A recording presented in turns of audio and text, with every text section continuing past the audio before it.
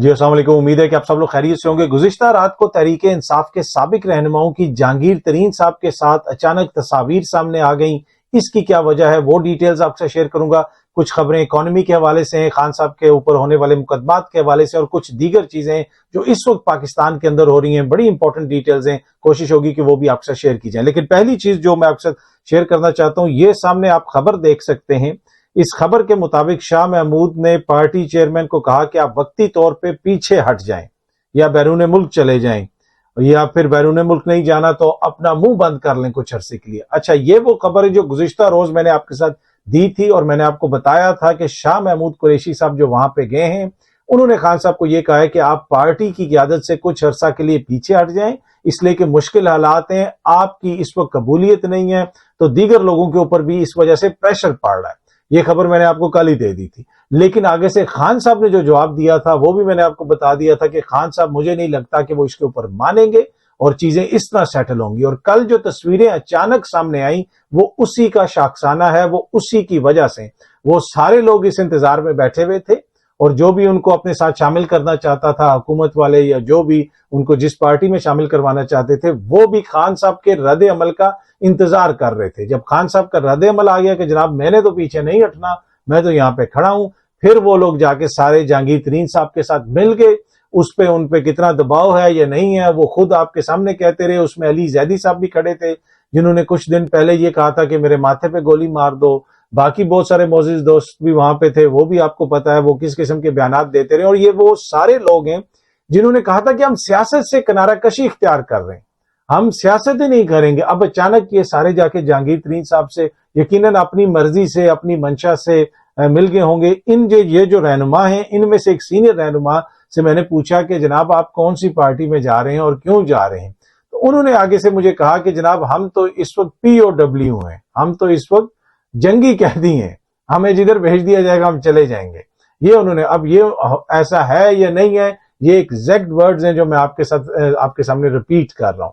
پر problem یہ ہے کہ باقی تو قیدی تو اور بھی ہیں، عالیہ حمزہ ملک بھی اندر ہے، دیگر لوگ بھی اندر ہیں، میاں محمود رشید صاحب ہیں، یاسمین راشد صاحبہ ہیں، اجاز چودھری صاحب ہیں، عمر چیمہ صاحب ہیں، اور بھی دیگر لوگ ہیں۔ وہ تو کھڑے ہوئے ہیں، وہ تو کہہ رہے ہیں کہ جناب ہم ابھی بھی جماعت کے ساتھ ہیں، ہم جماعت کو نہیں چھوڑیں گے۔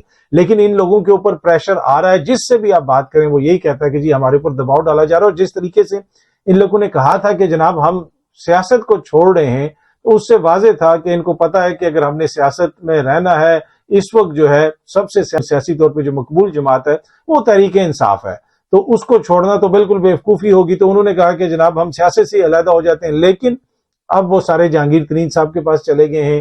اور جہانگیر ترین صاحب کے پاس وہ کیوں گئے ہیں، میں نے آپ کو بتایا کہ ویٹ کیا جا رہا تھا کہ عمران خان کا کیا رد عمل آتا ہے، اور عمران خان نے بالکل واضح رد عمل دیا، تو جس کی وجہ سے پھر جو ہے ان کو حکومت نے کہا یا کسی اور دوست نے کہا، یا ان کو خود یہ خیال آیا کہ جہانگیر ترین اتنا مقبول ہو گیا ہے کہ اب پوری قوم جو ہے وہ جہانگیر ترین کے پیچھے کھڑی ہے، تو وہ سارے اس طرف چلے گئے۔ اچھا، اس وقت عمران خان صاحب یہاں اسلام آباد آئے ہوئے ہیں، اور عمران خان صاحب مختلف مقدمات کی ضمانتوں کے سلسلے میں عدالتوں میں پیش ہو رہے ہیں۔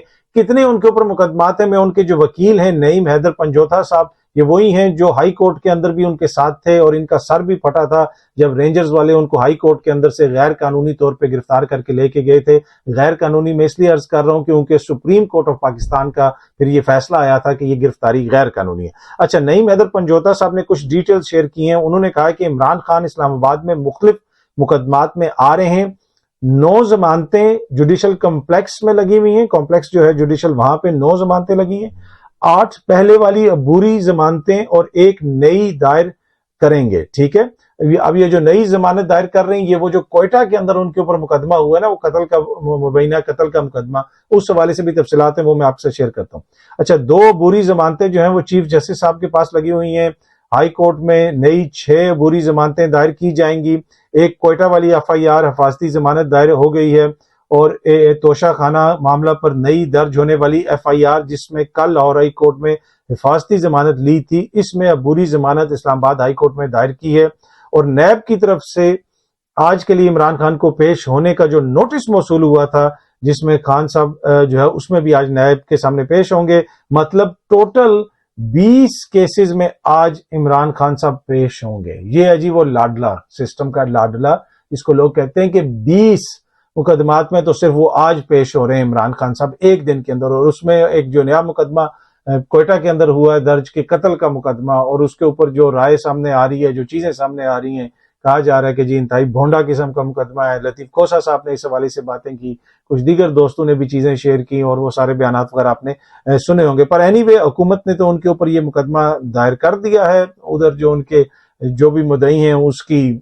مدعیت میں خان صاحب کے اوپر یہ مقدمہ درج ہو چکا ہے۔ اچھا، اب یہ جو ہے کہا جا رہا ہے کہ جی عمران خان کی جو ہے وہ سیاست ختم ہو گئی ہے، کیونکہ وہ کل کو یہ اعلامیہ آ گیا اس کی وجہ سے۔ اب یہ اس میں بہت سارے صحافیوں نے آج کل ایک عجیب کردار لیا ہوا ہے کہ وہ لگتا ایسے ہے کہ ان کا کام صرف خوف پھیلانا، ڈرانا یا دھمکیاں دینا، جی ابھی تو کچھ ہوا نہیں ہے، ابھی یہ ہو جائے گا، انہوں نے فیصلہ کر دیا، الوداع کرا دیا۔ بھائی یہ سیاست ہے، اس کو سیاسی میدان میں رکھیں۔ اب یہ دوست پتہ نہیں جان کے یا انجانے میں بحث کو اداروں کی طرف لے کے جاتے ہیں، یہ تاثر دیتے ہیں کہ جیسے کسی اور نے عمران خان کے اوپر سختی کرنی ہے۔ بھائی سختی تو قانون کی ہوتی ہے، آئین کی ہوتی ہے۔ دوسرا جو 9 مئی کے واقعات ہیں وہ قابل مذمت ہیں، ناقابل برداشت ہیں، اس میں جو لوگ ملوث ہیں ان کو قانون کے مطابق ان کے ساتھ سلوک ہونا چاہیے۔ اچھا، اب اس میں یہ کہا جا رہا ہے کہ جی یہ جماعت کی سطح کے اوپر جو ہے حکومت کا یہ دعویٰ ہے، جو حکومت یہ دعویٰ کرتی ہے، اور ان کے جو کچھ صحافی دوست ہیں وہ بھی یہ بات کرتے ہیں کہ جی یہ جماعت کی سطح کے اوپر اس کی پلاننگ ہوئی تھی۔ تو جماعت کی سطح پہ اگر اس کی پلاننگ ہوئی تھی تو سیکرٹری جنرل اسد عمر تھا، سینئر جو ہے لیڈران فواد چودھری تھے، علی زیدی تھا، عمران اسماعیل تھا، عامر کیانی تھا، یہ سارے تو جہانگیر ترین کے پاس چلے گئے۔ تو پھر وہ پلاننگ کس کے ساتھ ہوئی تھی؟ مسرت چیمہ اور ان کے ہسبینڈ جو ہیں وہ بھی علیحدہ ہو گئے ہیں، باقی جو لوگ ہیں وہ بھی سارے علیحدہ ہو رہے ہیں، کہا جا رہا ہے وہ جماعت کو چھوڑیں۔ تو پھر یہ پلاننگ خان صاحب نے اپنے خانسامہ کے ساتھ کی تھی جماعت کی؟ مطلب کس نے کی تھی پلاننگ؟ تو اگر پلاننگ جماعت کی تھی تو یہ کیسے ہو سکتا ہے کہ اتنے جو سینئر لیڈران ہیں وہ اس میں شامل نہ ہوں؟ یہ ایک کوشچن ہے نا۔ اور دوسرا وہ امریکہ کی مثال دیتے ہیں بار بار، کل بھی میں نے بات کی تھی کہ جو کیپٹل ہل پہ جو حملہ ہوا تھا ٹرمپ کے سپورٹرز نے کیا تھا، تو کیا اس کے بعد جو ہے بائیڈن کی حکومت نے 1 سال اس کے اوپر بیانیہ بنایا تھا، 1 سال اس پہ تقریریں کی تھی، 1 سال اس کے اوپر پریس کانفرنسز کی تھی؟ یہاں پہ تو ابھی واقعہ ہوئے 24 گھنٹے نہیں ہوئے تھے، آپ نے کہہ دیا جی کہ یہ پوری جماعت ملوث ہے، حکومت کا یہ بیانیہ ہے۔ امریکہ میں تو 1 سال تحقیقات ہوتی رہی، وہ اتنے ایڈوانس ہیں، ہم ان سے بھی اتنے ایڈوانس ہیں کہ ہم نے اسی وقت بتا دیا کہ جناب یہ اس میں کون کون ملوث ہے۔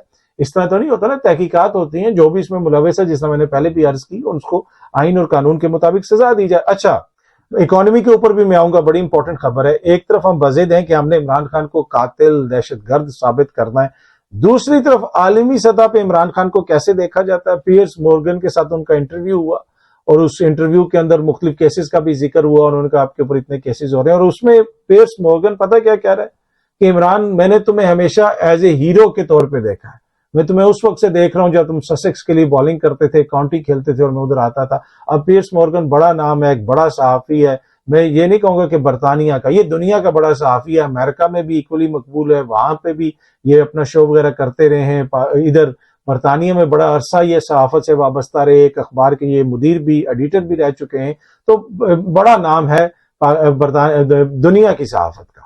تو وہ جو ہے وہ یہ کہہ رہے ہیں عمران خان کو کہ میں تو تمہیں ایز اے ہیرو دیکھتا تھا، تم تو ہمارے ہمیشہ سے ہیرو تھے، اور وہ اس طرح، یہ وہ سوچ ہے جو عالمی سطح پہ عمران خان کے لیے رکھی جاتی ہے۔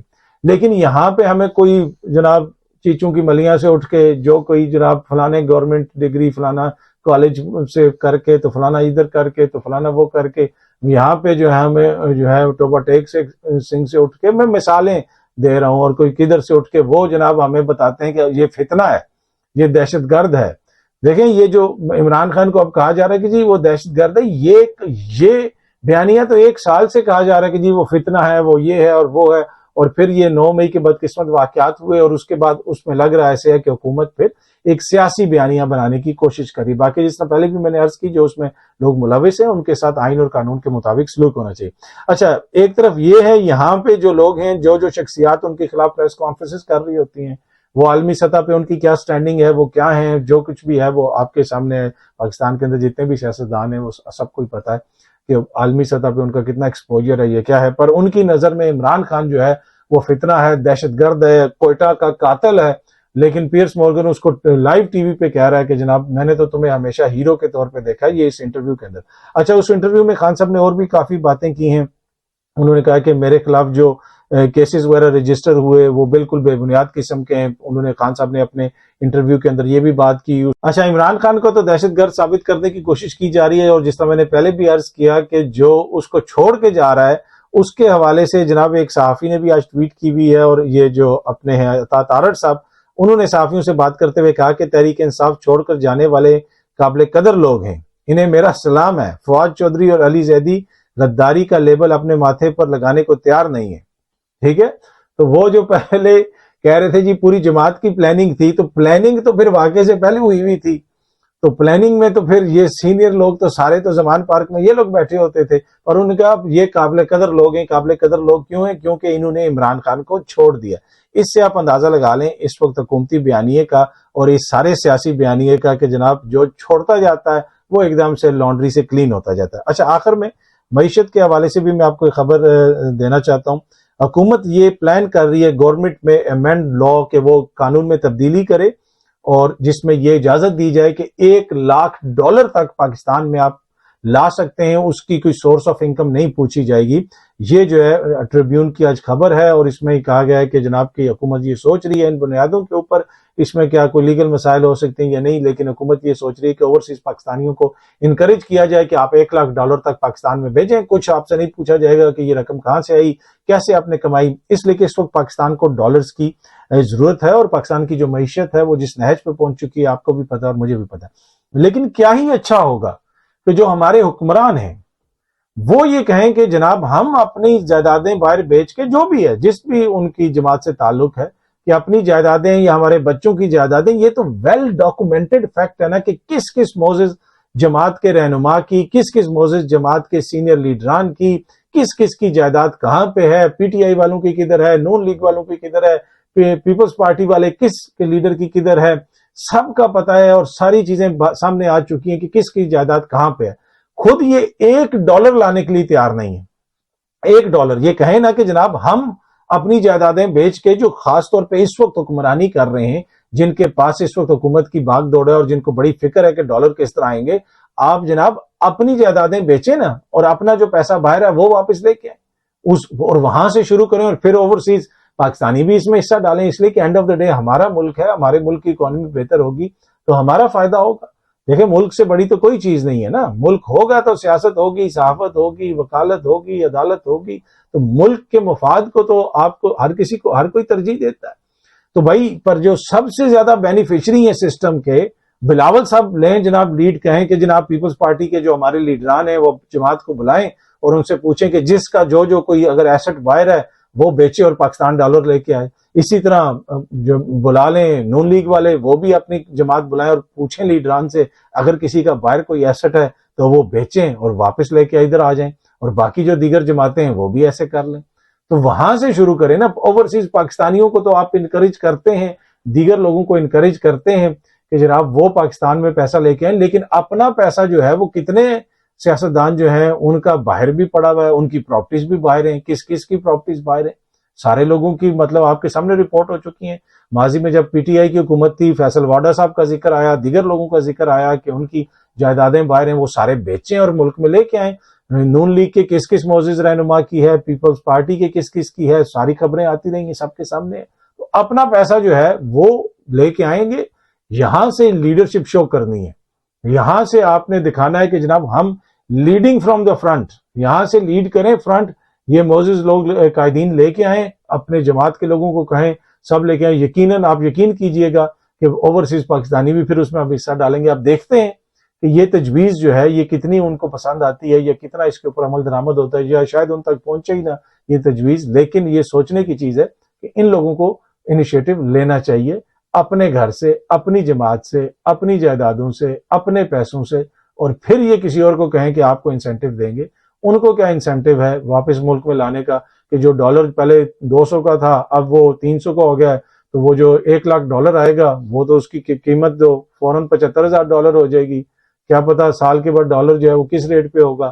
یہ بھی ہے نا. پر جن کا پیسہ باہر جا رہا ہے، انہوں نے باہر اگر 2 کروڑ میں $1,00,000 لیا تھا، تو اب ان کا جو $1,00,000 ہے جنہوں نے پیسہ باہر بھیجا ہے وہ 3 کروڑ سے بھی اوپر چلا گیا ہے. ان کا تو فائدہ ہے جو باہر بھیج رہے ہیں، جو باہر سے اندر بھیجیں گے وہ اکانومی کی جو صورتحال ہے. لیکن اپنے ملک کے لیے آپ کو کرنی پڑتی ہیں، قربانیاں دینی پڑتی ہیں، تو اوورسیز پاکستانی بھی اس میں حصہ ضرور ڈالیں گے، لیکن شرط یہ ہے کہ پہلے جو ہے وہ حکومتی شخصیات جو اس ملک پہ برسا برس سے اقتدار میں ہے، کسی بھی لیول پہ، کوئی ایم پی ہے، ایم این اے ہے، کوئی منسٹر ہے یا کسی بھی بڑے عہدے پہ ہے، وہ ان کے خاندان والے، ان کے جماعت کے لوگ جو ہیں پہلے پیسہ واپس لے کے اور وہاں سے لیڈ کریں وہ اس کو۔